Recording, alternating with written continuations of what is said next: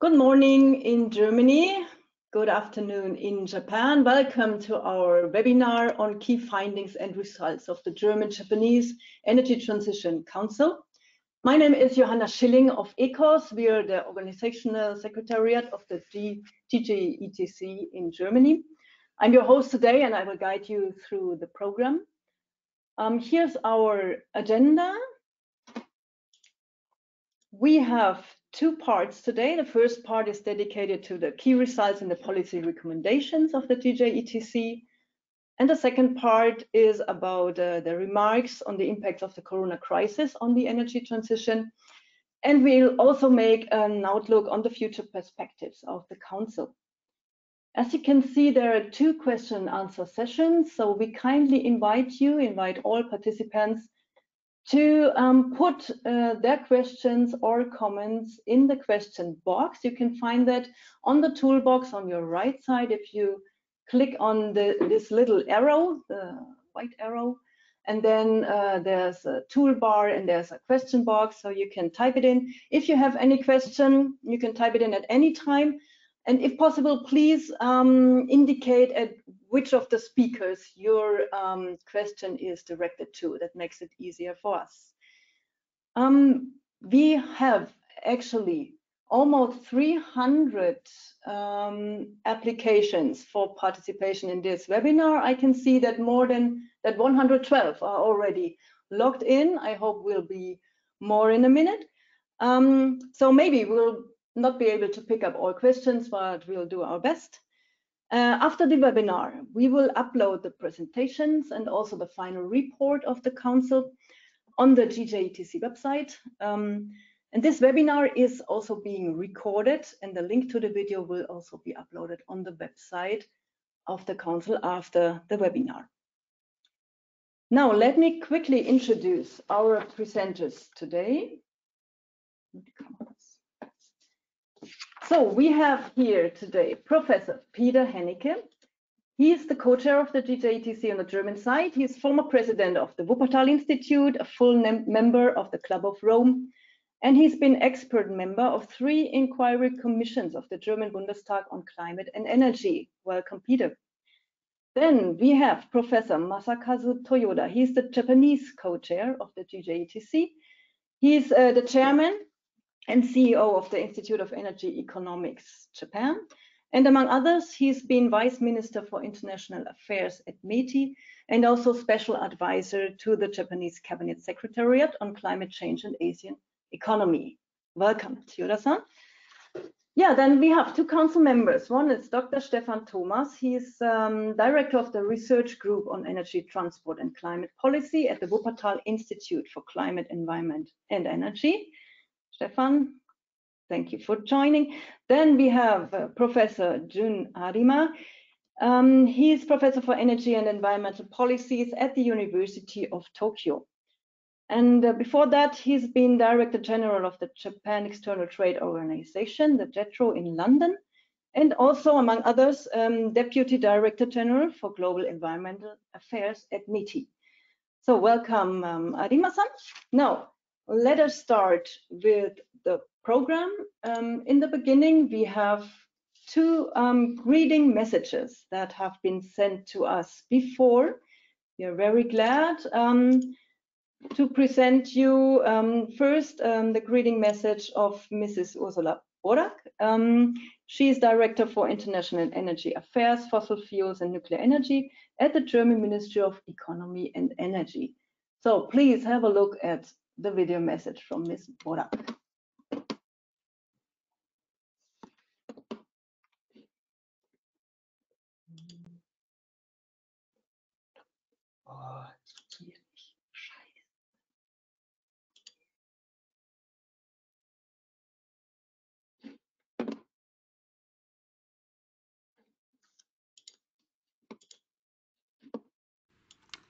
Dear Mr. Hirai, Professor Toyoda, Professor Hennicke, dear ladies and gentlemen, members of the Council, dear audience, it is a great honor for me on behalf of the German Federal Ministry of Economic Affairs and Energy to open this outreach event of the German-Japanese Council on Energy Transition.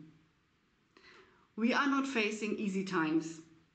Currently, all countries have many challenges. On the one hand, the spreading of corona has to be contained. On the other hand, and at the same time, we need to support the economic recovery. What are the key elements for this support? First of all, it is cooperation and exchange. Exchange of views, exchange of experience on future-oriented topics such as the energy transition. A good example for a successful exchange is the Council's work on digitalization, hydrogen, energy efficiency and sector coupling. This work will certainly play an important role in the energy partnership between Japan and Germany. Japan and Germany are technological leaders, and as those, Germany and Japan can drive forward the development of key technologies for the global energy transition, such as clean hydrogen, renewables and energy efficiency. Both countries have a large amount of know-how in different areas, so we can learn a lot from each other. Therefore, we believe that this partnership comes with great opportunities for the development of a secure, affordable and climate-friendly energy system in both countries. For Germany, the energy transition is a key project. We have decided to pursue an ambitious plan with a decarbonized economy as the ultimate goal. The Energiewende has already reached remarkable milestones. To mention an important one, the share of renewables in gross electricity consumption has risen to over 42% in 2019. Currently, on average, it's more than half of our consumption. And then there are days in which renewables provide almost 100%. Meanwhile, the level of energy security in Germany remains as high as ever. However, to reach our energy efficiency goals and emission reduction goals, a further increase of our efforts is necessary.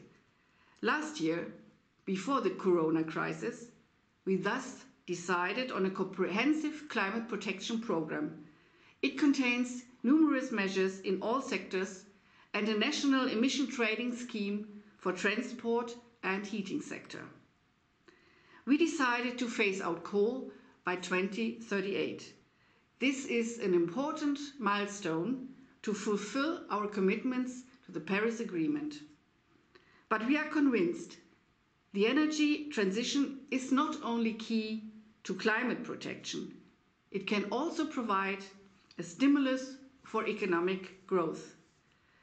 The massive economic stimulus package, which will support Germany's economic recovery, contains the necessary measures for sustainable economic growth. Key is the promotion of medium and long-term investments in digitalization, artificial intelligence, hydrogen technologies, and the further transformation of the energy and mobility sector. This package contains 7 billion euros for the market ramp-up of hydrogen technologies in Germany and a further 2 billion euros for European and international cooperation in the hydrogen field. This support is complemented and guided by the National Hydrogen Strategy, which sets the goal of building up capacities for green hydrogen of 5 gigawatt in 2030. The goal of our policy is clear: a successful transition to a sustainable, affordable and secure energy system. We are fully committed to this goal, and we want to follow this path together with strong partners such as Japan. Close cooperation and frequent exchanges will benefit both our countries in this transition process. Against this background, I would like to thank you very much for the intensive and productive German-Japanese research cooperation of this Council. Your work can support our bilateral energy cooperation decisively. I wish you all an interesting event. Yeah, well, our great thanks to BMWI for this encouraging message. Now, next is the greeting address from the Japanese Ministry of Economy, Trade and Industry from Mr. Hirai, Deputy Commissioner at the Agency for Natural Resources and Energy.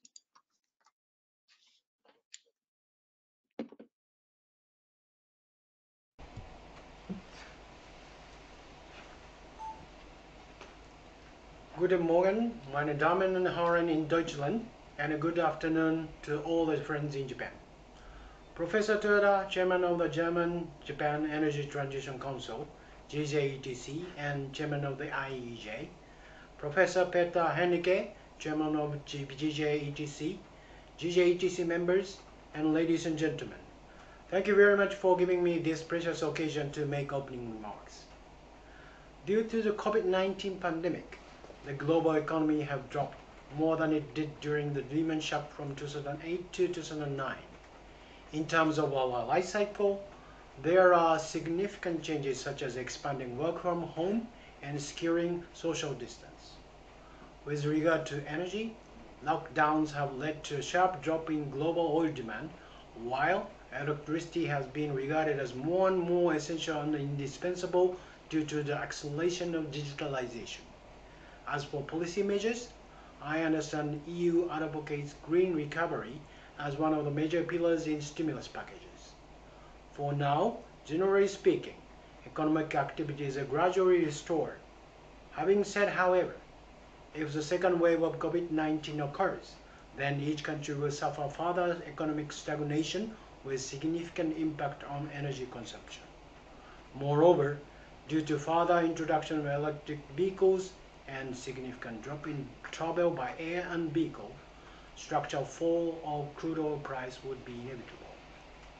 We need to carefully monitor and assess the international energy situation. GJETC has been held 7 times since its establishment in 2016. In order to promote energy transition in our countries, GJETC has derived useful policy recommendations on common and important energy policy issues, such as digitalization, construction of hydrogen society, renewable energy, and energy saving. It is meaningful policymakers to receive those inputs from academic perspective like GJETC.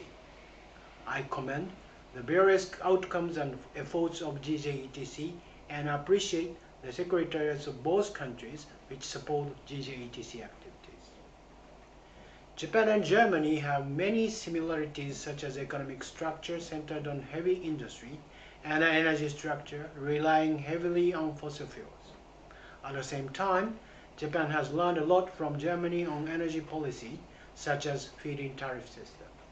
On the other hand, Germany has set an ambitious goal to reduce greenhouse gas emissions by 80% to 95% by 2050. By expanding the introduction of renewable energy. With regard to nuclear power and coal, the direction has changed drastically with a phase out by 2022 and 2038 respectively. I assume that Germany is facing various difficulties in advancing such changes of policy direction since coal and nuclear are still major parts of power generation in Germany. At the same time, I would like to draw your attention to that there is enormous potential for bilateral cooperation in terms of policies and technological innovation toward energy transition while ensuring energy security.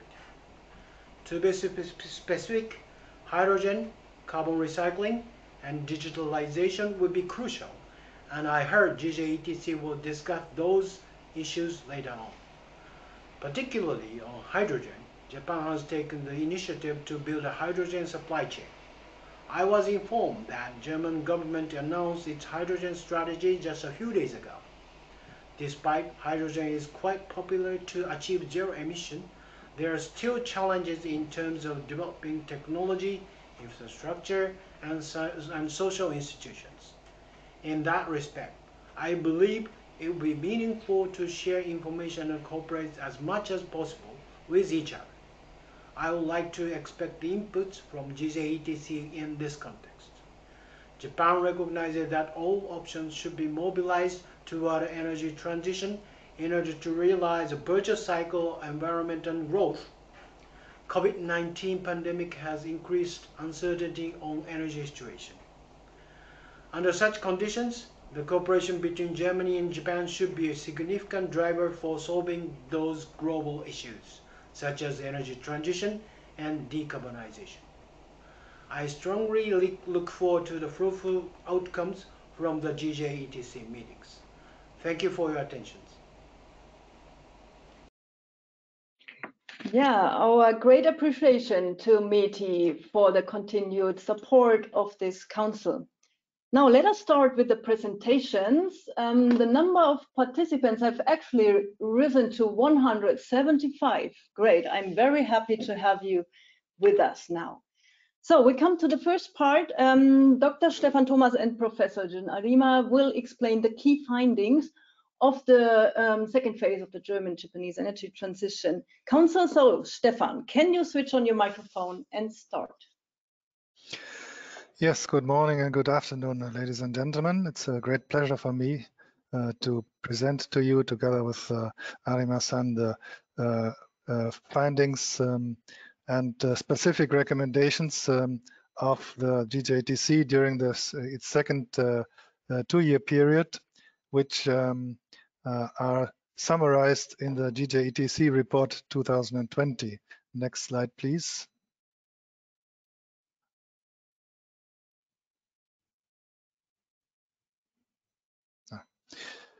For those of you who are not familiar with the GJETC, it started its operations in 2016 and has now worked in two phases of 2 years. The findings of the first phase and key recommendations were summarized in a report in 2018. And in the last 2 years, we advanced this with 2 studies on digitalization and the energy transition and on a hydrogen society. And in 4 working groups of council members, supported by the secretariats from IEJ and Wuppertal Institute, on policy monitoring and review mechanisms, energy efficiency in buildings, transportation and sector coupling, and the integration costs of variable renewable energies. And all of that is summarized in the GJETC report 2020. Next slide, please. Which has several chapters, and this presentation focuses on chapter 3 on the studies and working groups. There's also a chapter with key policy recommendations, which Toyoda-san will present after this presentation. Further research needs and the GJETC as a role model of bilateral cooperation, on which Peter Hennicke will expand later today. Next, please. So it has been mentioned also by Hirai-san that hydrogen, and also by Mrs. Borak, that hydrogen is playing a key role as an energy carrier derived from other fuels, but able to be clean in the energy transition. And both countries have now strategic plans to advance hydrogen. Japan is somewhat more advanced in the current use, particularly in fuel cells, both stationary and in vehicles. Whereas Germany now is set to expand hydrogen use already before 2030 in order to bring down costs, although they are currently still quite high. We analyzed scenarios and found that both countries foresee a significant role for hydrogen, and also in Germany, potentially synthetic fuels derived from hydrogen. The uses in Japan are centered first in the power sector, in power generation, and also in the transport sector, whereas Germany intends to first replace gray hydrogen in the industry sector and convert steel production to green steel using hydrogen, but also for the transport sector. In terms of the expected supply, there are also currently different routes envisaged. Japan intends to use both green and blue hydrogen first mostly imported, and then followed by production of green hydrogen from renewables. Whereas in Germany, the priority is on green hydrogen, which will also first be produced in Germany and Europe from domestic renewables, but also in parallel building up imports. And also blue hydrogen may be an intermediate solution. Next, please. It is important for hydrogen to gain public acceptance, to be demonstrated it's really clean. And by clean, we say it should reduce greenhouse gas emissions at least by 50% compared to the specific emissions of fossil fuels, which you see at the bottom of this graph. And in the middle, you see potential ways of producing blue and green hydrogen. We found that green hydrogen will probably be easier to achieve such high greenhouse gas emissions reductions, but it could also be possible for blue hydrogen when the supply of the fossil fuels and the transport and dispensing of the blue hydrogen can be decarbonized too. Next, please. We therefore recommend to policymakers that blue hydrogen could work as a preceding measure that enables quick CO2 reduction until green hydrogen becomes more available and affordable. But green hydrogen has the potential to be really zero carbon, at least in production. If the electricity used, however, is from additional green power, green power should first be used to decarbonize the power system, and only then in large scale be used to produce hydrogen. So we also already said that credible certification scheme will paramount for public acceptance of both blue and green hydrogen. And for international joint efforts for the supply of sustainable hydrogen. And therefore, a policy framework is needed both to support technology development and standardization in terms of technologies and safety, and also of sustainability for all stages of supply and use, from production, transport, dispensing, and use parts.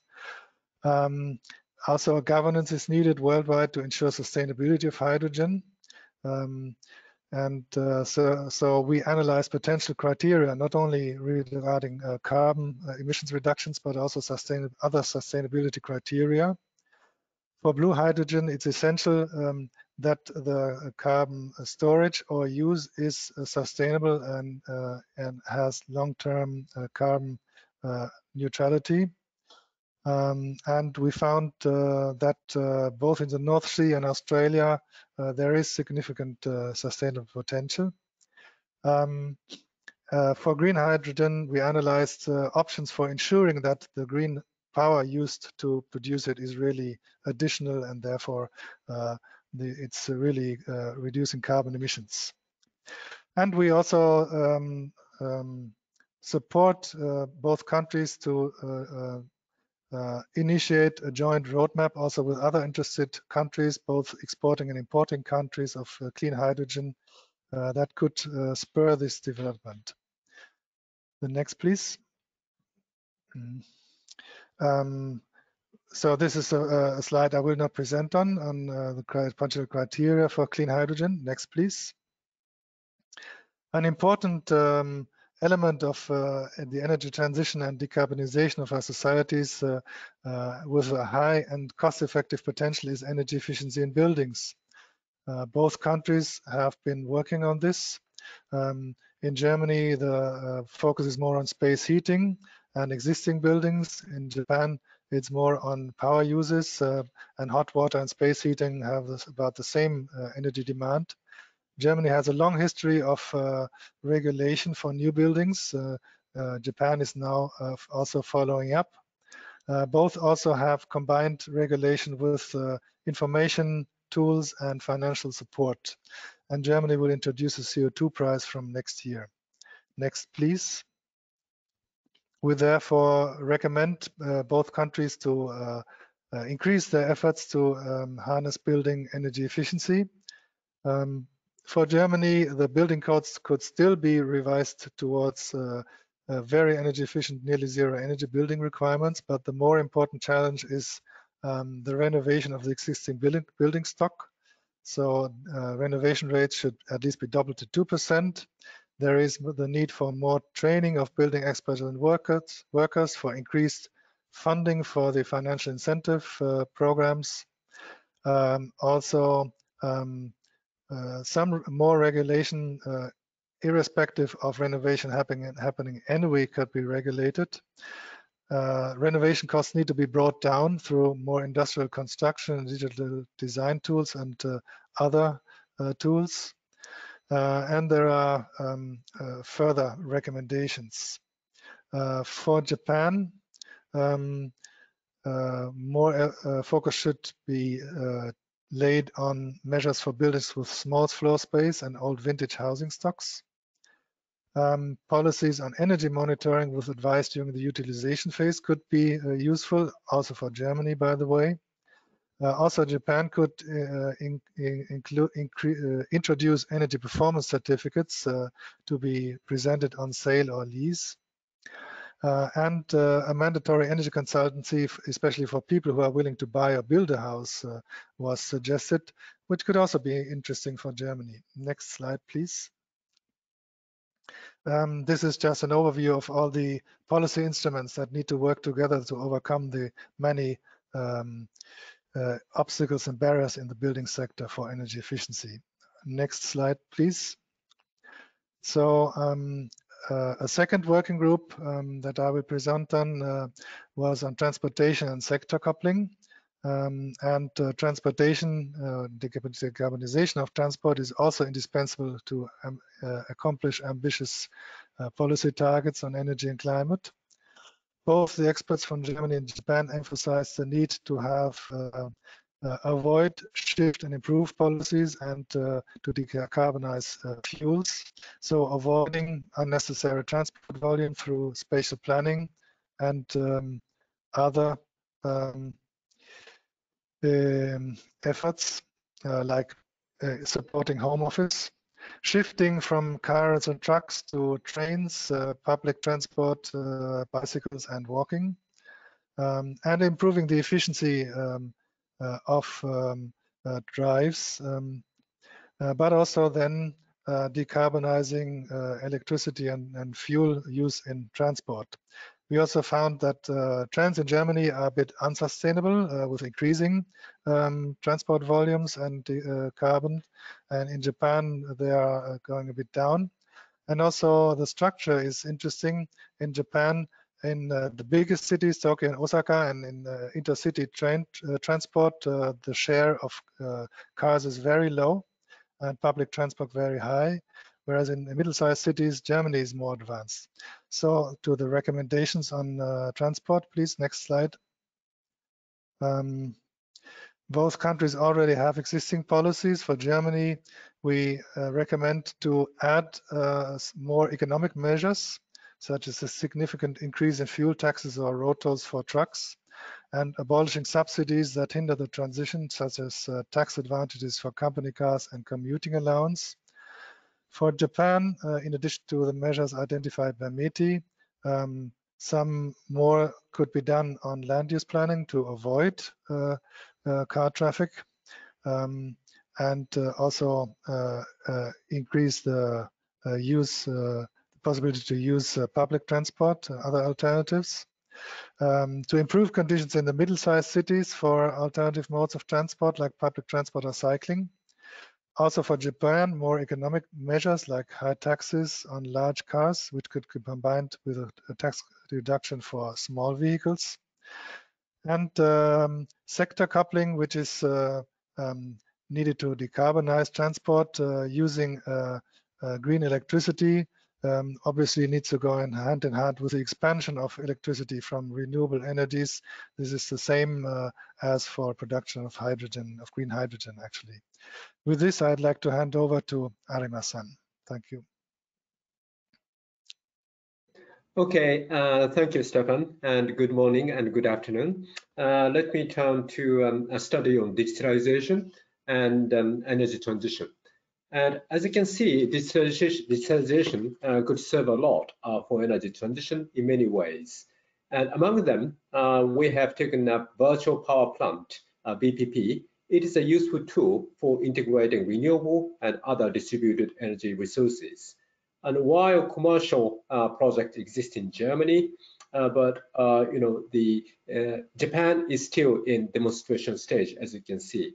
And several enablers are necessary for VPP, including aggregator or positive market environment and market system, including obligation to have frequency containment reserve, FCR, or frequency restoration reserve, FRR, and so on.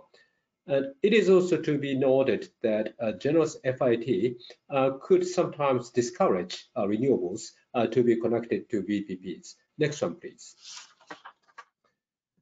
Now, then P2P, peer-to-peer electricity trading, and PPA, power purchase agreement, are promising mechanism for integrating post-FIT renewable and new renewable without FIT or FIP. And P2P trading is a contractual model enabling short-term electricity exchange on the regional or national scale between multiple peers, such as prosumers and small and medium power generation and electricity appliances are located at the end of distribution network. And for P2P trading, commercial projects exist in Germany. And again, Japan is still in demonstration stage. And PPA, on the other hand, is a medium to long-term electricity supply agreement concluded between seller, such as plant operator, and a buyer, such as energy supplier or final electricity consumers, such as large industrial consumers, data centers, and large buildings. And several commercial projects exist both in Japan and Germany in this case. And in the case of Germany, interestingly, they are all for post-FIT and non-FIP renewable power. So in this regard, it could provide good lessons for Japan because we eventually are going towards post-FIT and non-FIP world. So next one, please. Next slide, please. Yes, so the lesson we have learned is first, P2P trading could be more innovative with digitalization and disruptive business model for supply. And also, neither P2P trading nor PPA will promote grid stabilization by themselves. So therefore, we need separate incentives for use of demand responses, storage, or other flexibility options. And then our recommendations, both of us should allow and enable the use of P2P trading with controlled on-grid models. But we need also closely monitor and development. For Japan particularly, specific policies are required to enable the use of controlled on-grid P2P trading, including those related to the existing measurement law or privacy risk or grid fees or imbalance responsibility of P2P trading and so on, a platform and so on. For Germany, on-grid P2P trading is already possible. So therefore, policies should promote their coupling with flexibility options by accelerating smart meter rollout. The government could develop standard and rules and templates for smart contracts. And concerning PPAs, we need to continue to legally allow and enable the use of PPAs. But again, we need to closely monitor their development and impacts, as well as potential alternatives for operation of post-FIT renewables. So now let me go to, yes, please go to the next slide. And this is an example of P2P trading models in Japan and Germany, but for the second time, I will skip this slide. Next one, please. Now, let me move to our next topic, namely working group on policy monitoring and review mechanisms. And as you can see, both Japan and Germany have multi-layered review mechanisms for long-term policy.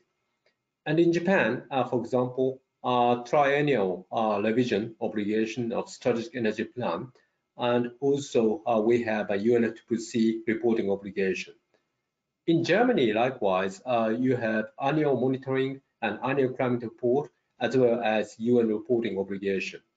And in the case of Germany, they are also subject to EU monitoring process. So the difference of approaches on policy definition for 2030 and 2050, and also on review mechanism, is much smaller than expected initially. So both countries have set ambitious 2030 policy targets and still face significant gaps. So the exchange of experience on those approaches and policy revision cycles could be very much promising field of cooperation. So next one, please. Then this is the recommendations for Germany, particularly improve consistency and focus of the diverse monitoring and evaluation processes, and institutional arrangement for monitoring and evaluation, and further revision of target hierarchy, and focus on core indicators reflecting the target hierarchy, and visual and clear presentation design, such as traffic light, and also more policy evaluation. And in the case of Japan, ensuring compatibility between NDC, national determined contribution, and 3E+S, energy security, economic growth, economic efficiency, and environmental protection plus safety objectives. And evaluation of policy impact with particular focus on cost effectiveness, and focus the scientific review to be established for long-term goals on innovation in technology and policies.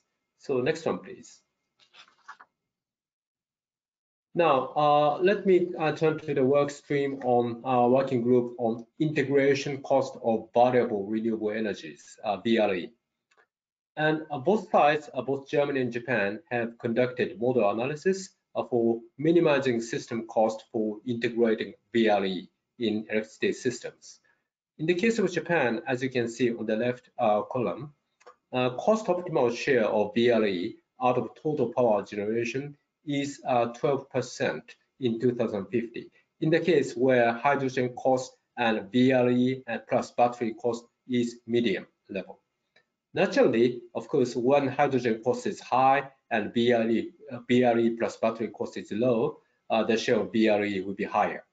And the highest case in the case of Japan is 44%, but still does not exceed 50%. On the other hand, in the case of Germany, system integration cost increase seems to be more modest, even if very high VRE share, as you can see in say 60 to 80%. The reasons for such difference warrant further study, I think. So next one, please. So in Japan, the renewable energy generation cost relative to hydrogen cost and also nuclear cost are essential factors for considering a further penetration of VRE in Japan's energy mix. And in order to minimize power system cost with growing share of VRE, we need to optimize grid integration through flexibility and sector integration technologies and their combination, as well as energy efficiency measures.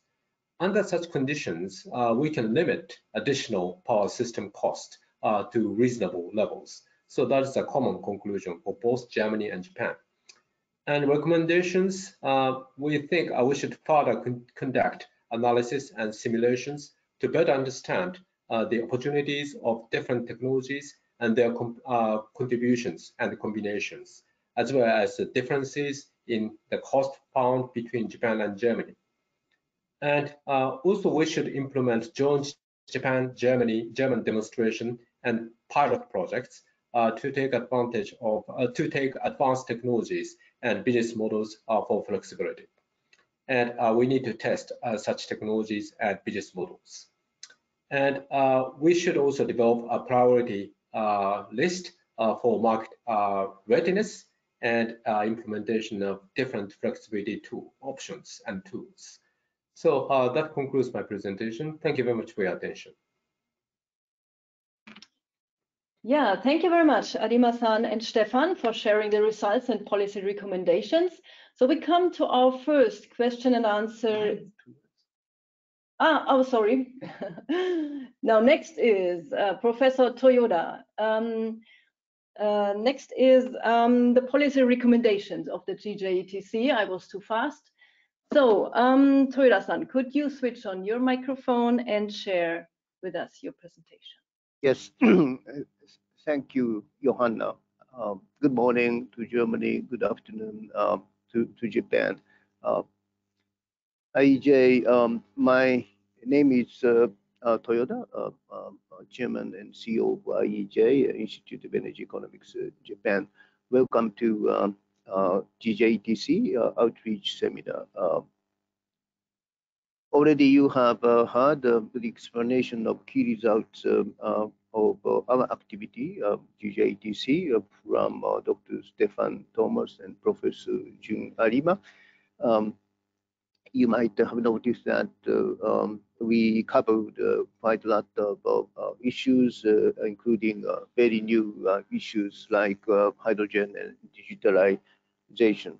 On the basis of that, key results, I just would like to explain to you 10 important policy recommendations.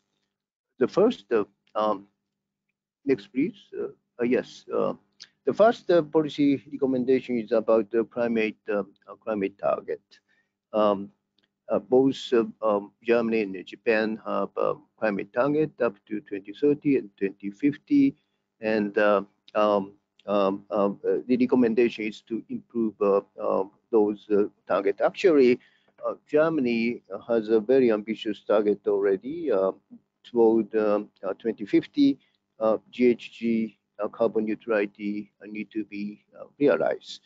As for Japan, we have 80% reduction target up to 2050.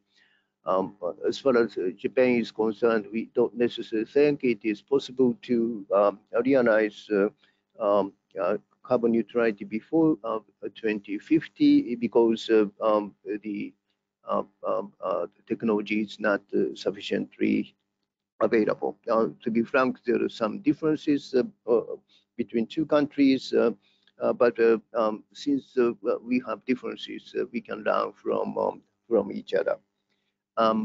Next slide, please. The second policy recommendation is about energy efficiency. Energy efficiency is everybody's favorite, and we cannot end our journey toward improving energy efficiency. And so the recommendation is putting utmost priority on energy efficiency. And you could see several policy tools: carbon pricing, energy taxation, information sharing, direct financial incentives, etc. Those policy tools are not very new, but it's not easy to implement those policies. Next slide, please. The third recommendation is also related to energy efficiency, but this is about a sort of governance of energy efficiency policies. And the recommendation is to encourage both countries, both governments to establish some sort of efficiency agency and energy savings fund. Actually, in Japan, we have already energy agency attached to METI, Ministry of Economy and International Trade. But perhaps importance is we would let them have more clear mandate and responsibility to achieve energy saving target. So it's a matter of governance in terms of energy efficiency. How we could strengthen the energy policy energy efficiency policy is quite important.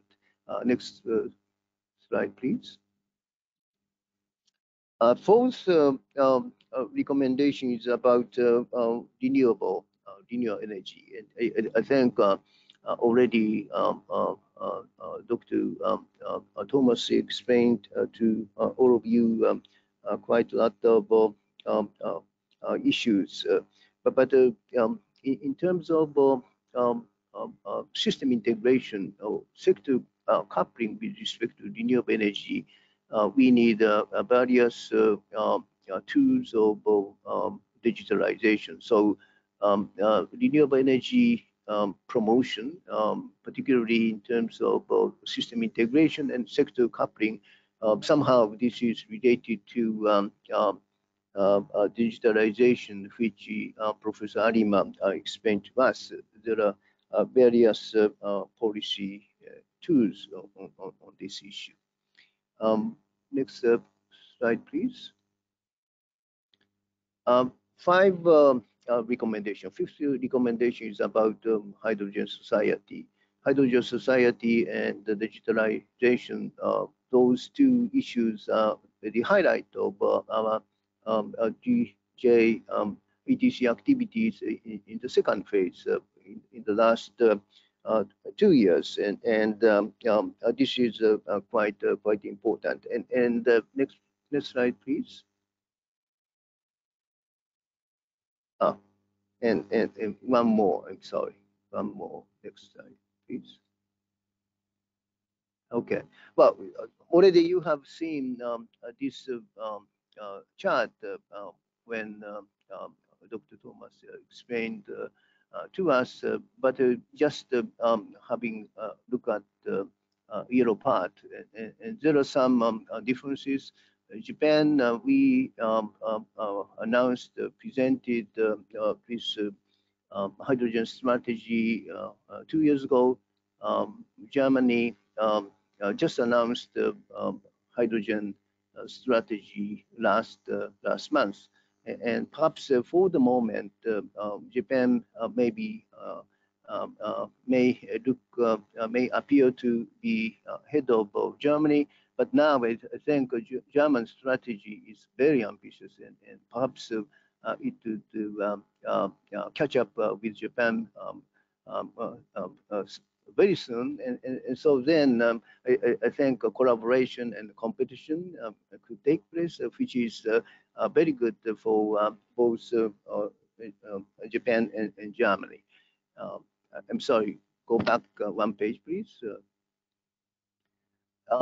So six recommendation. This is about the digitalization, one of the two highlight issues for GJETC. And well, perhaps we have to say that Germany is ahead of us, ahead of Japan in terms of digitalization, particularly virtual power plant. Sorry, 2 pages ahead, please. Yes, and we can say Germany already, to a considerable extent, they have reached the commercial stage, and Japan is still working on the demonstration stage. But this is good. We can learn from Germany, and we can speed up this digitalization. And there are many other areas, as Professor Arima explained to us, peer-to-peer, and also power purchase agreement, etc., etc. And there are many emerging digitalization technology, and clearly we can learn from each other. We can speed up our digitalization, and that would do very useful for energy transition. Next slide, please.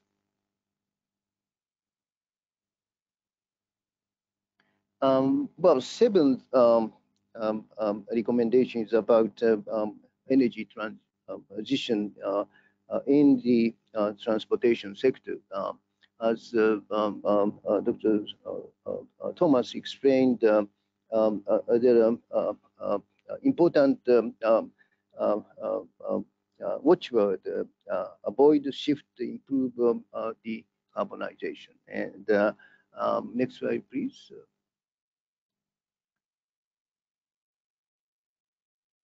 Sorry, one more. Yes, you have seen already this slide, but it might be interesting to highlight this: avoid, shift, improve. To some extent, Japan has already considerable extent implemented to stage 1 and stage 2, or avoid and shift. Because Japan is a very small country, and we have a lot of mass transportation, and so I think perhaps Japan is now reaching fuel use policies, the decarbonization fuel, and so in that regard, FCB or electric vehicle are quite important. I think Germany is a very large country and very much distributed country, and so it's not easy, but maybe you could take some lessons from Japan, and again we can learn from each other. It is the beauty or advantage of GJETC. Could you one page back, please? So eighth recommendation is about buildings GHG neutral. Again, it was explained to a considerable extent, but maybe you could see this interesting slide rather carefully. 2 pages ahead, please. 1, 2, yes. I think again you could see just the yellow part, and well, for Japan, how to cope with hot summer, hot humid summer, that's really a challenge, and for Germany, how to make a very cold winter comfortable, and so I think in terms of energy efficiency, we use the same term, but in terms of energy efficiency in buildings, I think what we have to achieve is somehow different. But I think again, those differences is quite important for us to learn from each other.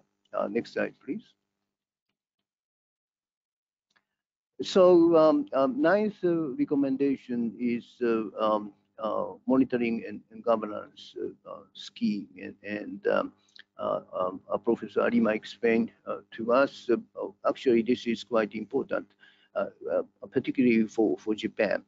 We have already some sort of monitoring process, as Professor Arima explained to us, but between 2030 and 2040, Japanese government provided 4 different scenarios, and in order to move toward carbon neutrality, we have not yet decided which scenario is appropriate one. And one scenario is variable energy, renewable energy plus battery or hydrogen, and another scenario is traditional zero carbon emission power, like nuclear, hydro, and geothermal, and 2 other scenarios.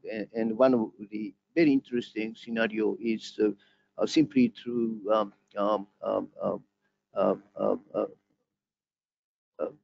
rely on sort of decarbonization of hydrocarbon, fossil fuel. It could be coal, it could be gas, and it could be oil. And so the important thing is how technological development can go, and we need more scientific monitoring group, and probably we can learn from Germany on this particular issue, and so the monitoring system is also quite important. And next slide, please. The last recommendation is about variable renewable energies. As Professor Arima explained to us, to be frank, we have a different outcome, outcome of our analysis. And Japan is trying to say maybe if we increase the share of variable renewable energy beyond 40%, approximately, and then the cost, the integration cost would go up very rapidly. But in the case of Germany, even 80% of variable renewable energy can be acceptable, can be digestible. And we don't know which is right, or both may be right, depending on the weather or depending on the sort of connectivity, etc., etc. But this is very interesting outcome. We have to find out the final outcome at the next stage, and so we have a homework to do in that regard. So so far I explained to you 10 policy recommendation. I repeatedly said there are some differences, and so because of those differences, we can learn from each other. We would like to grade up our joint activity at the next stage. Thank you very much for your attention. Yeah, thank you very much, Toyoda-san, for explaining the policy recommendations to us. Now we come to the first question and answer session. We already received some questions from you, from the audience, which raised to actually 180 participants.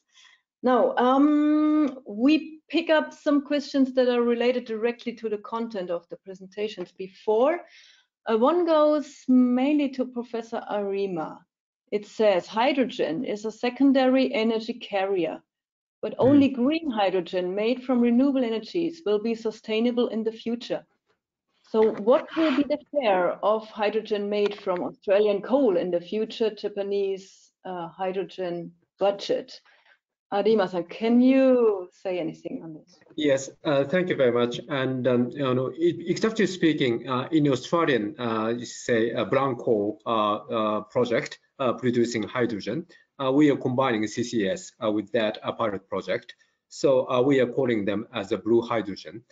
And the reason why we are putting some interest in blue hydrogen project is there are many fossil fuel producing countries around Japan. And those countries are also very much interested in exporting hydrogen instead of fossil fuels. And in order to say pave the way for such an the road, I think the brown hydrogen merits consideration. So that is why we are pursuing that kind of options. And we think CCUS is the great interest for many Asian countries, since they need to rely on fossil fuels in foreseeable future.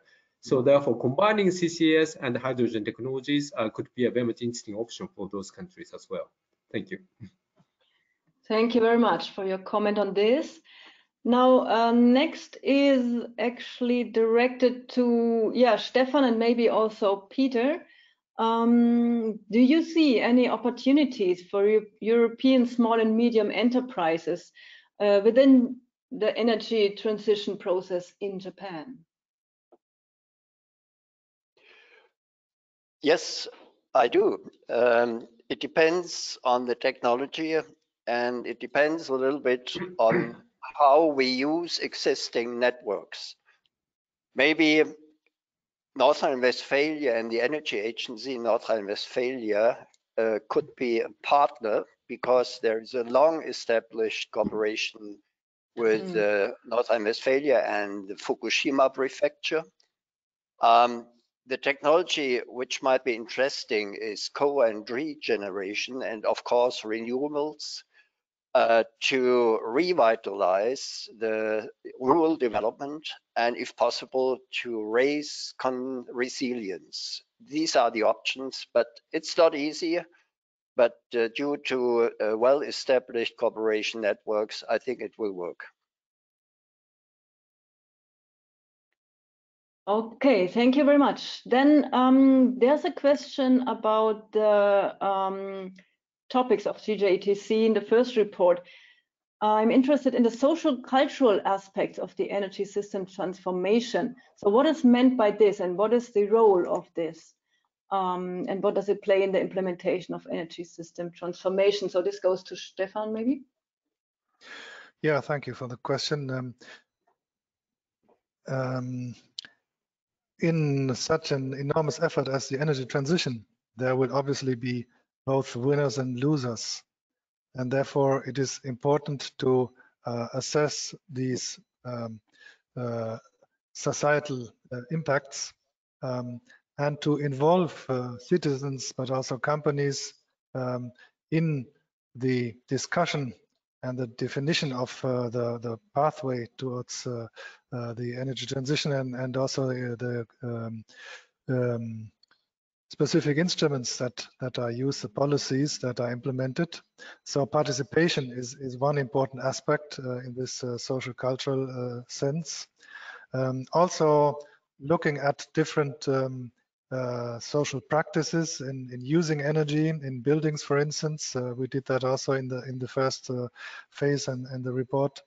And also involving citizens and companies in investments in both energy efficiency and renewable energies, like through cooperatives of citizens or also private citizens investing in renewable energies. Okay, thank you very much. Then maybe we can pick up one last question in this session. We will have another session in the end. Maybe we'll pick up some more questions that arrived us now. Now here's one question to mainly Toyoda-san and maybe also Peter. The energy system transformation is not only a question of technical possibilities and strategies, but also an eminently political and social issue, which Stefan also explained now. What connection do you see between the various necessary changes, the energy system transformation, mobility transformation, agricultural transformation, construction transformation, etc.? What is the connection between those several changes? Well, if I may, I like to answer. Thank you for the question. Very interesting question. I think, energy transition is very political. As Stefan said, there will be some losers, there will be some winners, and so social aspect of energy transition we cannot neglect. And so energy transition itself is a very political process. But in addition to that, there is a very important social problem or political problem in Japan. You may have heard, Japan is determined to continue to use nuclear even after the accident. But there are some considerable number of people who don't like nuclear. So I think now it is to some extent political issues. But I think somehow in order to address climate change, we have to address such a sensitive issue. Because unlike Germany, we don't have abundant wind power, unfortunately, and we have a lot of rains and cloudy days. We do not have a sufficient amount of solar PV, and so zero carbon energy. We have to still continue to use nuclear. But it is not easy to a considerable extent. Many people have anxiety with respect to safety, and so clearly this can be a political issue. And so I think in addition to general social aspect of energy transition, somehow we have to resolve this important issue of nuclear from a political standpoint. Thank you. Thank you very much. Jana, Yeah. may I add Yeah. only two comments. One is we need a narrative. Why do we need the Energiewende and climate mitigation? We think that the Energiewende is a part of a social contract between generations. The current generation has to pre-finance a risk minimizing path for the coming generation.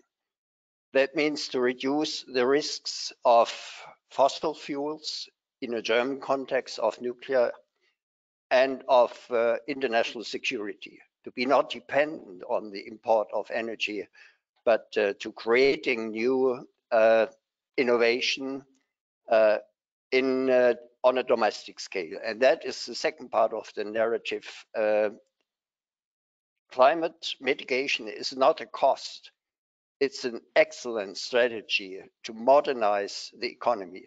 And this message is extremely important in the context of combining the activities against the corona crisis and foster and speed up the energy transition.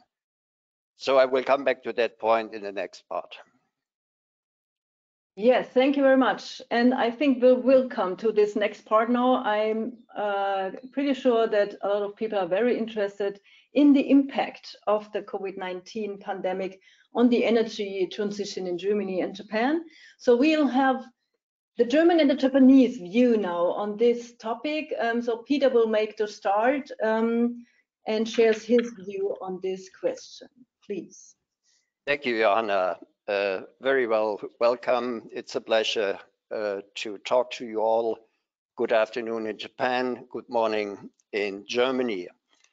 When we started to develop a common statement on the possible impacts of corona crisis and the energy transition, we started from a citation from Antonio Guterres.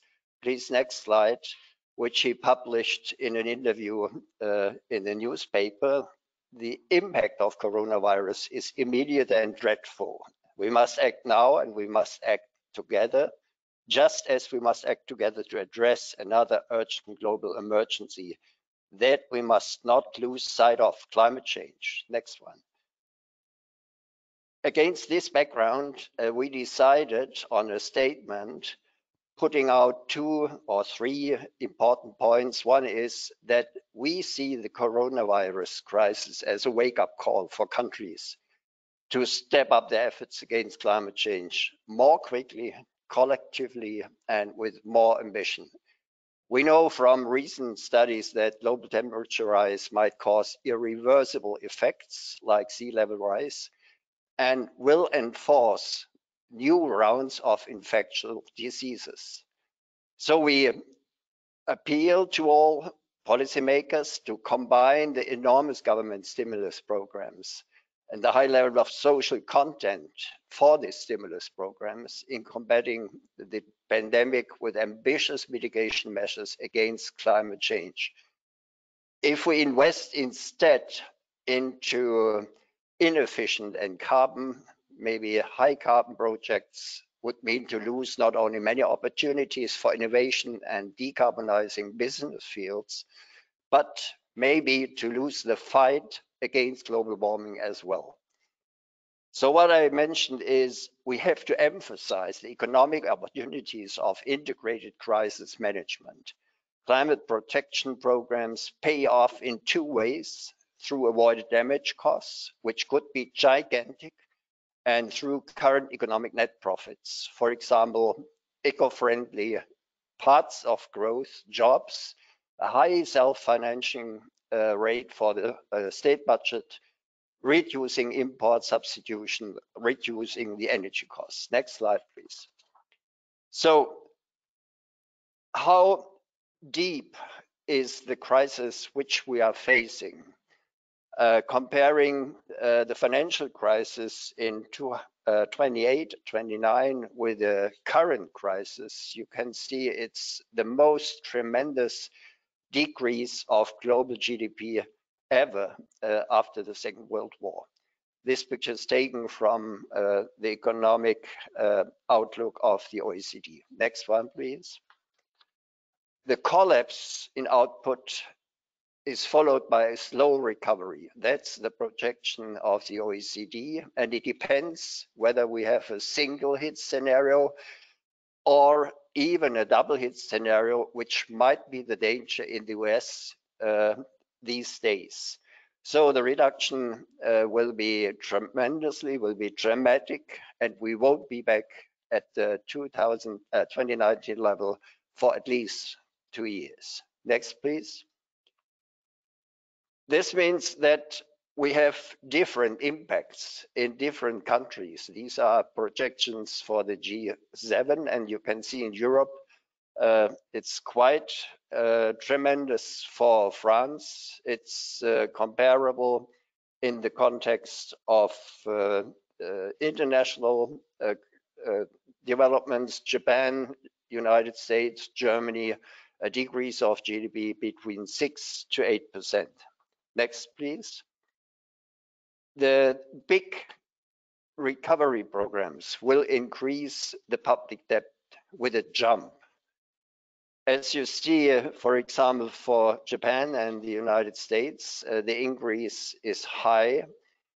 Comparing the white point with the recent development, it might be up to 250% in comparison to GDP in Japan, and about maybe 150 in the US. Next, please. So in comparison to the GDP, the fiscal stimulus packages are gigantic. On top of the action is Japan. Please compare these figures with very current developments. They might change in the moment. For example, for Germany, 4.9% is much too low. It's much bigger. But the main message coming out of this graph is that we never had stimulus packages in this amount as we have it now. Next, please. So for Germany, the possible program or the possible outcome of the impact of the corona crisis can be 6%, can be maybe 8%, again, depending on single hit or double hit scenario. But OECD says we could be lucky with a very quick recovery even in 2021. Next one, please.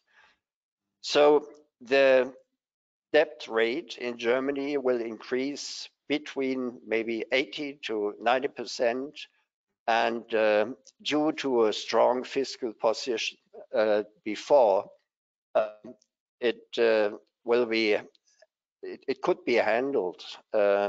We now took up a new stimulus program. I will come to that in a minute, which should be repaid within 20 years. So the challenge is high, but the debt rate at the moment is affordable for a big and advanced economy. So when it comes to the labor market, short-time work helps a lot.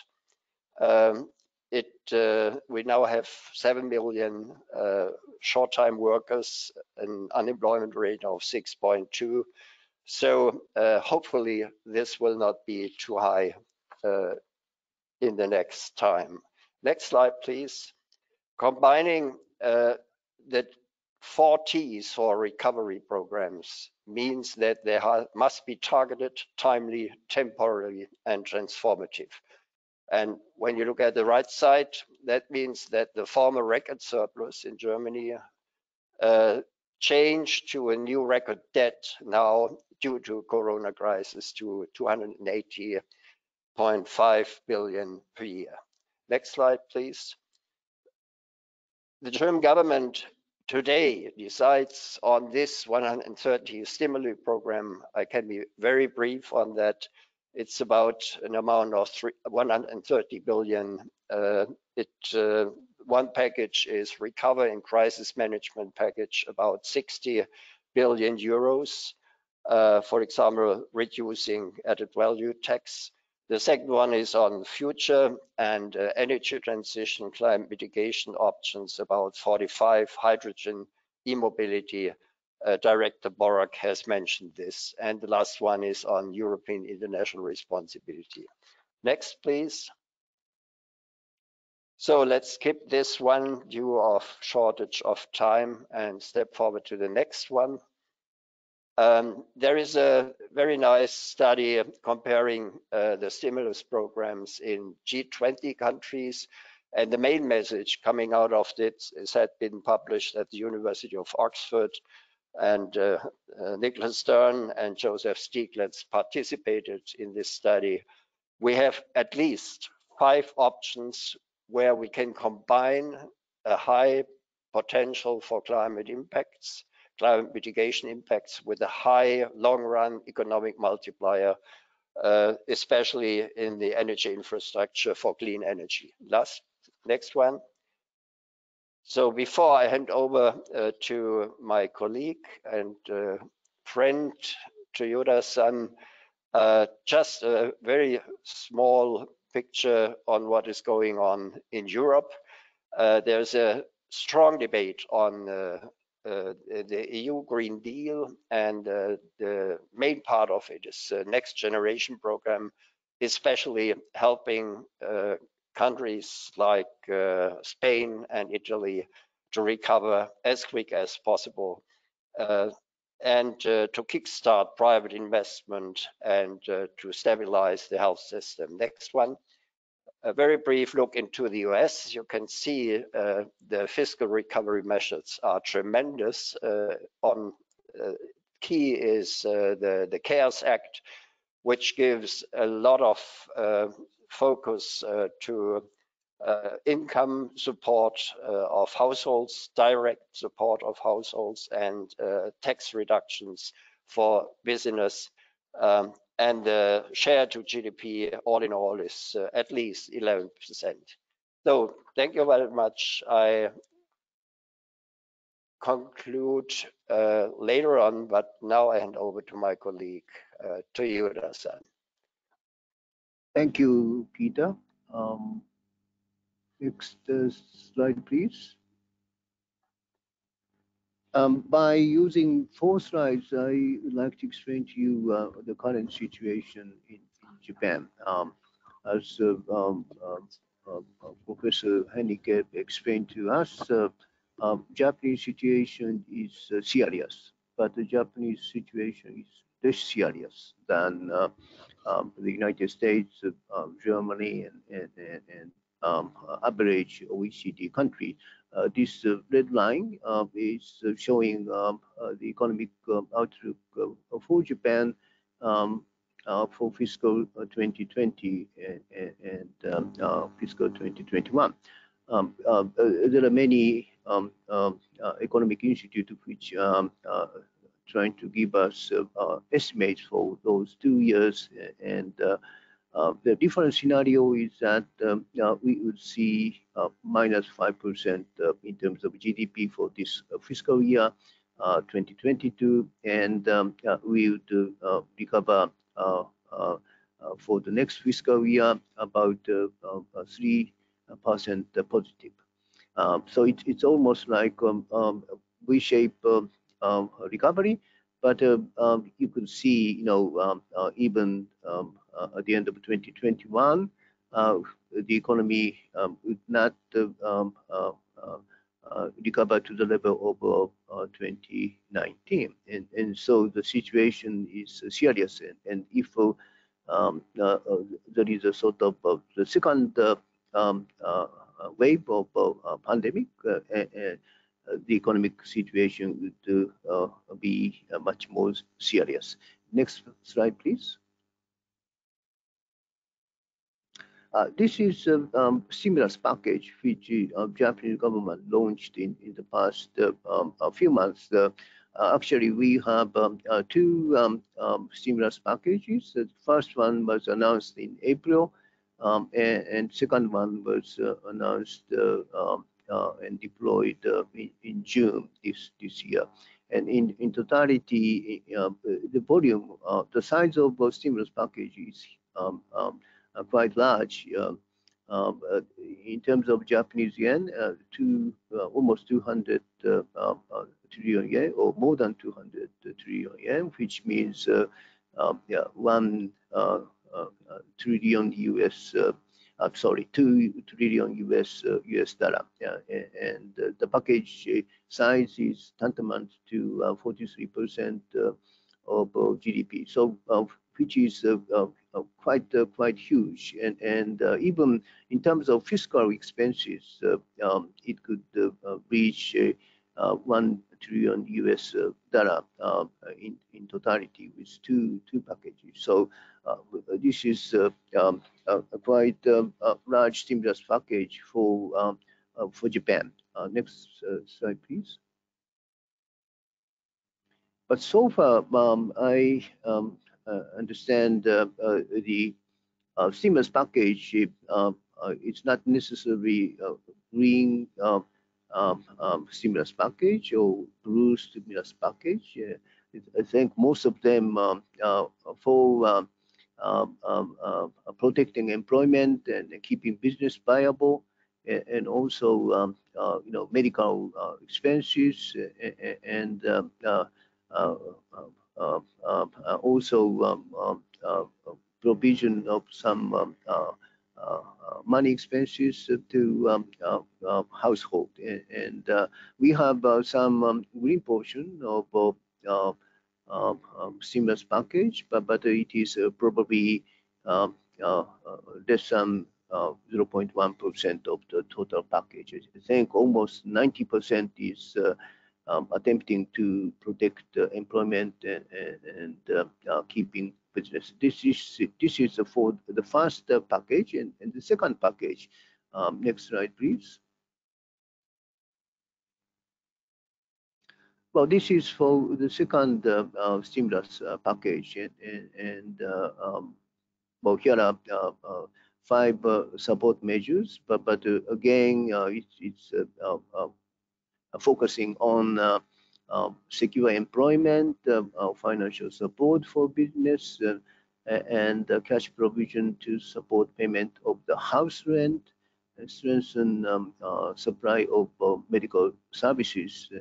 And so for the moment, green portion or blue portion may not be quite large, but I think this is inevitable. For the moment, it's a matter of survival of companies, survival of household, and so for the moment it is inevitable. But I hope that in autumn somehow we could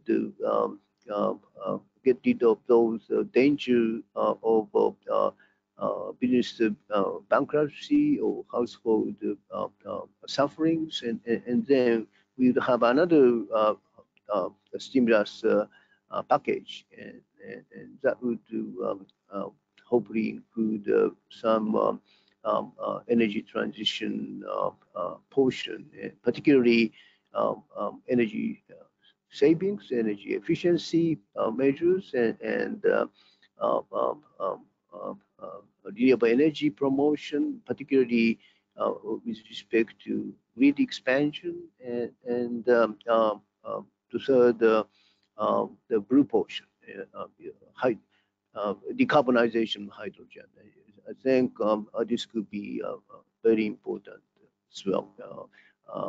We are planning to demonstrate that we would import zero carbon ammonia from Middle East, and demonstrate to combine this zero carbon ammonia with coal-fired plant and gas-fired plant, and also we will demonstrate single fuel firing by zero carbon ammonia. This is blue ammonia. Thank you very much. Thank you very much, Peter and Toyoda-san, for sharing your views on the current crisis and the impact. Now we come to the last presentation, which is done by Peter on the GJETC as a role model for bilateral cooperation and the future perspectives. So Peter, Thank you, Johanna. First picture, first slide, please. When we started our cooperation in 2016, we had to face multiple crises, not only the climate crisis, but everything which is connected with the planetary boundary perception. We are beyond planetary boundaries in many respects. Biodiversity and climate change might be the most pressing and the most challenging catastrophe we are facing. And then Corona arrived, and for us, that was an additional argument that we need new forms of cooperation and a new form of international governance. And this is the reason that we hope to establish a new role model by knowledge exchange, especially between Japan and Germany. Next slide, please. Because when two high-tech countries, no, there is one before. Next, please. No, sorry, yeah. When we step to the question, how can we speed up? How can we scale up? How can we tighten up our efforts to climate mitigation? It needs technologies. High-tech countries like Germany and Japan, due different conditions, are very good candidates to demonstrate that under different conditions, a climate mitigation strategy and energy vendor transition is possible. And it would be much more successful and effective when we work together as partners. Next one, please. So when we established the GJETC, we decided to have a binational expert commission only based on academia, on high-level experts from both countries, that we try to pick up strategic topics which are of interest for both of our countries and conduct a study program. We got some money from Mercator, which is a very important contributor to Agora and others working on the energy transition, to look into in-depth strategies, for example, when it comes to long-term studies, to long-term strategies, how can we set targets, whether can we distinguish target setting and backcasting options, or should we be more focused on econometric projections? And we try to enable controversial debates. Of course, we have different backgrounds, but trustful relationships between experts is key if you want really solve problems. And if you do not teach, but work together and look into the reality of both countries. So we published a lot. Let me pick up one question. We published much more detailed information, not only what we present now. What we present now is our consensus publication to a broader audience, but of course we had a lot of policy papers and we had a lot very controversial debates, but this is the key of scientific work if it's evidence-based. And we had very wonderful administrative support by IEJ and by ECOS. And last but not least, a nice co-financing schedule. Next one, please. Why do we talk about a role model? We are quite convinced after 4 years fruitful work together that a scientific advisory panel is needed without a political mandate, but very close to the government. It should be independent. It should be aiming to help both governments to make better decisions, to speed up the process for the energy transition, but it should be independent and it should be based on sound empirical research. And we need continuity. We have a lot of very well established ad hoc cooperation formats, workshops, conferences between Japan and Germany. But at the end of the day, to go in depth in the questions and really solve problems, more continuity is needed. And we need a self-critical dealing of projects. We established, I would say, a new culture of handling controversial topics. It's published in our report 2018 in the chapter 4. And we need an open communication and, of course, establish personal networks in the research community and try to involve as much stakeholders as possible. We had stakeholder dialogues with industry, with the efficiency community from industry, and with decentralized actors. I think that was extremely helpful to learn what is really going on in reality in both countries and what is transferable to the specific conditions of our countries. Next one. When we look into the future, it could be a bright future of cooperation.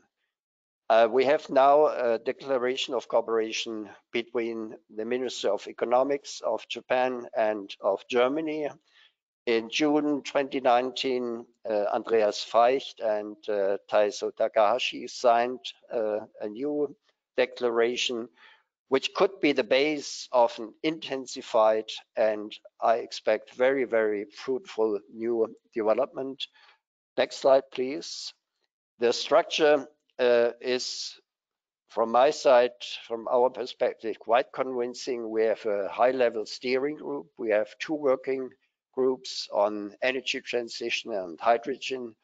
We have a supportive structure by Adelphi and the Chamber of Commerce in Japan. And then 2 councils, one, the Scientific Council, which could be the successor of the GJETC, and a business council looking more in depth and in cooperation with companies, maybe in the creation and evaluation of pilot projects. I think that would be a very important and interesting step in the future. Last slide, please. Of course, we have, due to Corona, but also due to our exercises in 4 years, many, many new ideas where we can establish our research cooperation. For example, for the working group hydrogen, energy intensive industries are extremely important. Maybe long-term scenarios, a comparison between the BDI and Keidanren and their perspectives, how to establish a hydrogen economy, or how to establish standards of hydrogen, as Stefan mentioned. Last slide, please. When we look into the energy transition and new ideas, how we can foster the market introduction of renewables and efficiency, it can start with buildings, it can start with establishing a market for energy services by ESCOs. It might be a big step forward if we have energy savings obligations for utilities to bring them on board in the energy service market, as has been conducted in 16 countries in Europe and 15 states in the US. It might be co and regeneration, more decentralized, decarbonized technologies, very important, wind power, both onshore and offshore, the transport sector, and maybe a more integrated agenda on circular economy and energy transition. And last but not least, the role of the financial sector. Last slide, please. We have to thank our supporters, especially the DBU, the Stiftung Mercator, the Ministry of Trade and Industry, METI in Japan, and the Ministry of Foreign Affairs in Germany, which contributed a lot for this fruitful work which we did together. But there are others. I will not go in depth because of shortage of time. Now, we published everything. Next slide, please. What we discussed to bring a broader audience within the discussion. It's not only the reports, it's not only the statement and the studies, it's a lot of output papers, and I invite you all cordially to look into the website of the GJETC and to comment or criticize or welcome whatever we did. Thank you very much for your attention.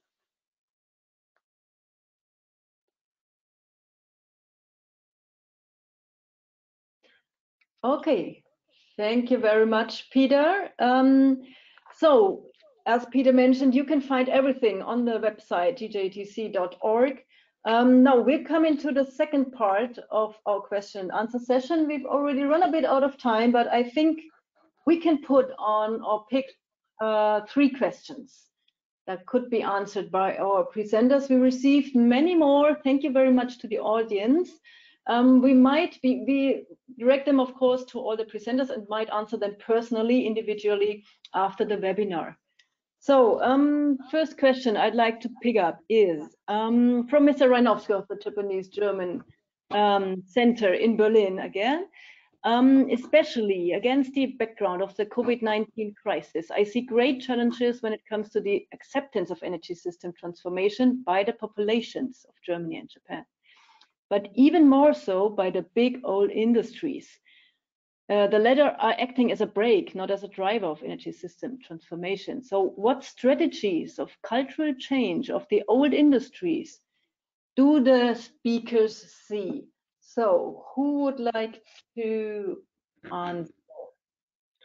Peter, maybe? Oh. I would suggest Kazu first, and then Okay. I will follow. Microphone. Oh, Toya-san, you have to switch on your microphone. We can't hear you. Oh. Well, thank you very much for the question, which is very important. I think, to be frank, when we try to promote energy transition, for some part we need finance. As for some part, it's not a matter of money.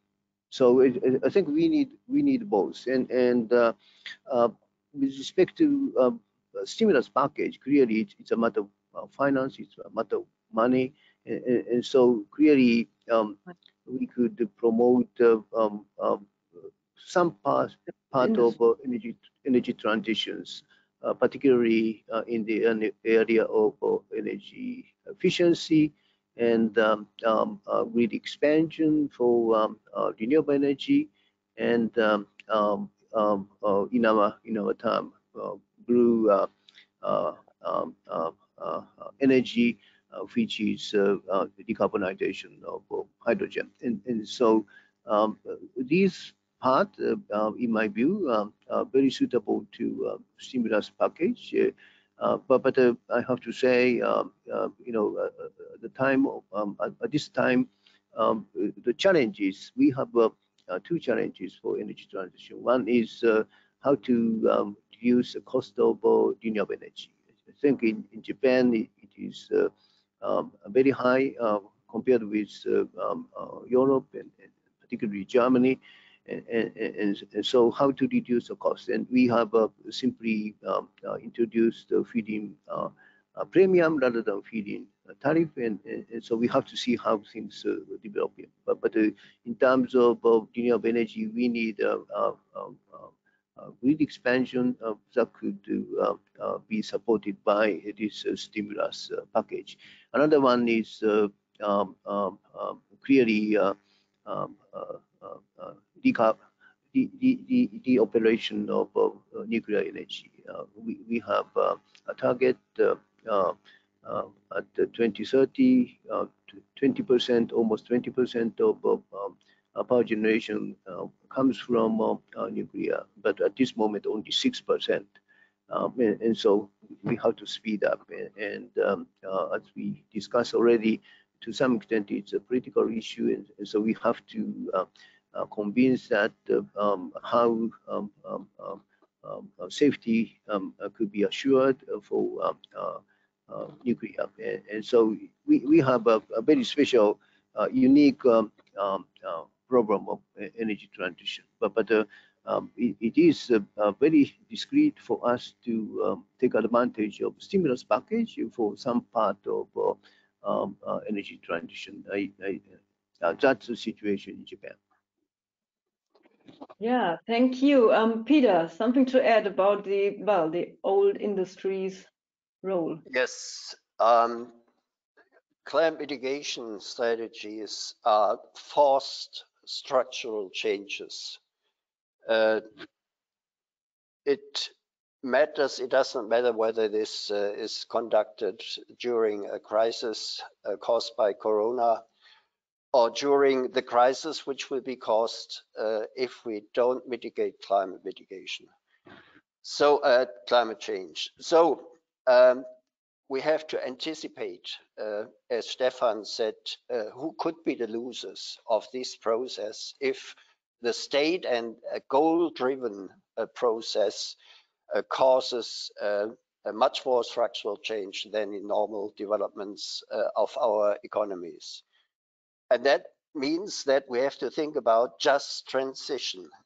Who are infected? How can we help companies to diversify in time? How can we help with ecological industrial policies and support to step forward to new business fields? And of course, how can we help the regions and the workers who are infected?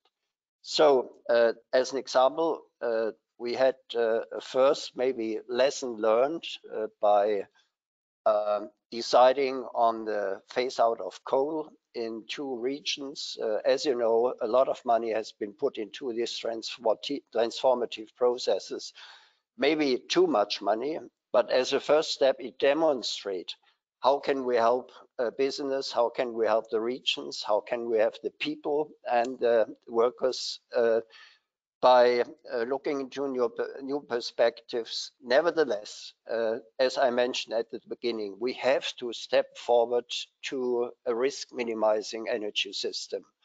The people don't like the risks of coal. They don't like the risks in Germany of nuclear. If we have better options, I think we should try to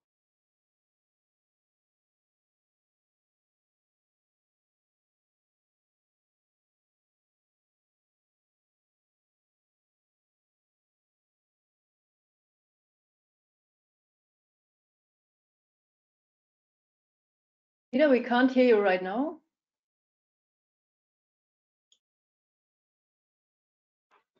Okay, now my last sentence was just, it might be a very interesting exercise to demonstrate in a highly industrialized country that it's possible to phase out coal 2038, in brackets for my impression it's too late, and at the same time to get rid of nuclear. This would be a blueprint of a risk minimizing energy system. But as Kazu mentioned and our colleagues from Japan, it's a very high challenge, and we are halfway on that to solve the problems.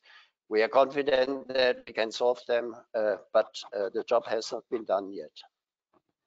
Thank you very much for the statement, Peter. Now, there's another question which I would like to direct to Arima-san, and maybe Stefan can also add something. Do you think that the time of demo and pilot projects is over? Germany implements 5 gigawatt electrolysis, but EU is doing 80 gigawatt in the recovery plan, while photovoltaic in Australia is already today at 1.6 US cent per kilowatt hour, and wind in Germany is between 3 or 4 US cent per kilowatt hour. So isn't it more about ramp up the technologies than to do more research? Actually, technology is available and mature. So Arima-san, anything to say on this?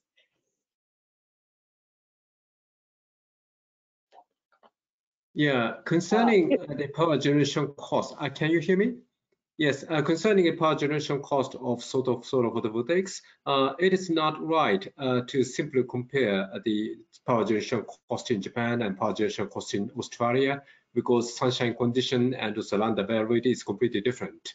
So each country has a different circumstances. And by the way, concerning mega solar, it has been, it is not anymore demonstration or pilot project. It is a commercial project, though it is heavily backed by FIT or will be backed by FIP, but it is a commercial project. But what I mean is, we are in the process of technology development for many technologies, including hydrogen or CCUS or others. So for that high-risk technologies, we still need some sort of demonstration project or pilot project, and gradually, say, enlarging the size. So therefore, we are not talking about the one single technology, but we are dealing with many technologies. Some technologies are available now, but in the future, in particular, when we are aiming at complete decarbonization, the current technology will not be at all sufficient. So therefore, we need new technologies, advanced technologies, and for that purpose, we need a pilot project or demonstration project. Thank you. All right, Stefan, what's your view? Yeah, we did say we do see the need and therefore recommend to do more work on technology development, as June said, and also standardization. It may be clear that production of hydrogen, particularly green hydrogen through electrolysis, is proven technology, and but here too the costs need to come down, and as I said, and as you say in the question, there is now plans to roll out this electrolysis, although the cost still is relatively high, in order to have learning curves and bring down the costs, as it was done with rolling out renewable electricities, PV and wind mainly, although it was initially costly, and now costs have come down. So we need, in some parts, we need to roll out, I agree, but in other parts, we still need more development, especially also in the technologies for transport and dispensing and use of hydrogen. If we want to go into the transport sector with hydrogen mainly. So there is still a need of a lot of demo and pilot project and standardization work too. Right. Okay, so one last question I'd like to pick up because it gives the co-chairs a chance for some final words.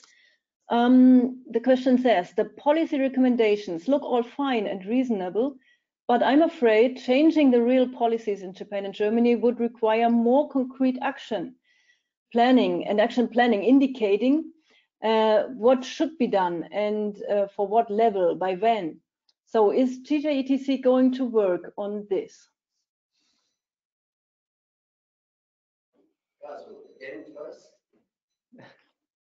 Yeah, Toyoda-san. Oh, yeah, yes, I agree to some extent. We need action, but still there are many areas of research activities. For instance, you may remember, we have a different analytical outcome with respect to integration cost of renewable energy. No country has ever experienced 80% variable renewable energy. And yes, perhaps German study is right. Even 80% of variable energy may not increase the cost of integration. But Japanese study may be right. If you go beyond the 40%, you may see a higher integration cost. And so I think there are some areas for us to need actions, but there are other areas for us to need some researches. And I think there are various areas, and so we need action, but perhaps it's not our areas for us to do. I think this GJETC is trying to make a further study to somehow facilitate the process of energy transitions at a smaller cost, with safe, a lot of safety, and with a lot of energy security to be implemented. Peter, maybe it's your turn. Thank you, Kazu. May I, Stefan, can you switch off your microphone, please? Can I pick up maybe 3 points? One is, of course, there are limits for international cooperation and suggestions on this level. And the real action and the real implementation has to be done within the civil society, the business society, and politicians in both countries. What we can do is to give as much impulses for problem solutions, more on a general level. Let me mention 2 additional points which has been addressed maybe in the next time. If we really take energy efficiency first serious, we have to establish a much newer governance for energy efficiency strategies. All our countries, we are highly efficient in an international comparison, Japan and Germany, but it's not enough. To get a really decarbonized society, economy, we can reduce, under German context, our primary energy by 50%. And that means that we need new governance processes to implement and for responsibility to make it really happen. I think this is one field where we can be much more concrete in the future. And the second one is the Corona crisis will trigger changes in values and in social behavior. And that means that we will have a lot of benefits and drawbacks, but maybe an open window to look more in social solidarity, in adequate remuneration systems for relevant work, system relevant work and services, very new experience due to less frequent car and flight mobility, and another kind, maybe soft tourism and internet supported communication. These are all new fields of cooperation which are extremely relevant for the energy consumption in both of our countries. And last not least, we have to take industry on board. At the end of the day, technologies must be implemented. So one vision is that we can establish an agenda together for pilot projects which have a really signal character, which have a strategic importance in both our countries. And of course, this would be the most concrete contribution to the energy transition in both countries. Thank you very much, Peter, for your almost concluding words, I'd say. So We've come to an end to this webinar. I'd like to thank the audience for being so patient with us, even that we ran out of time. A big thank you to all the presenters that contributed today. And of course, to the council members and the supporters that Peter mentioned before, the supporters of the council's work. Now, thank you very much for joining, and keep an eye on the GJETC website because we're going to load up a lot of things, interesting things. And so I hope you will join us again in the future. Thank you very much and goodbye.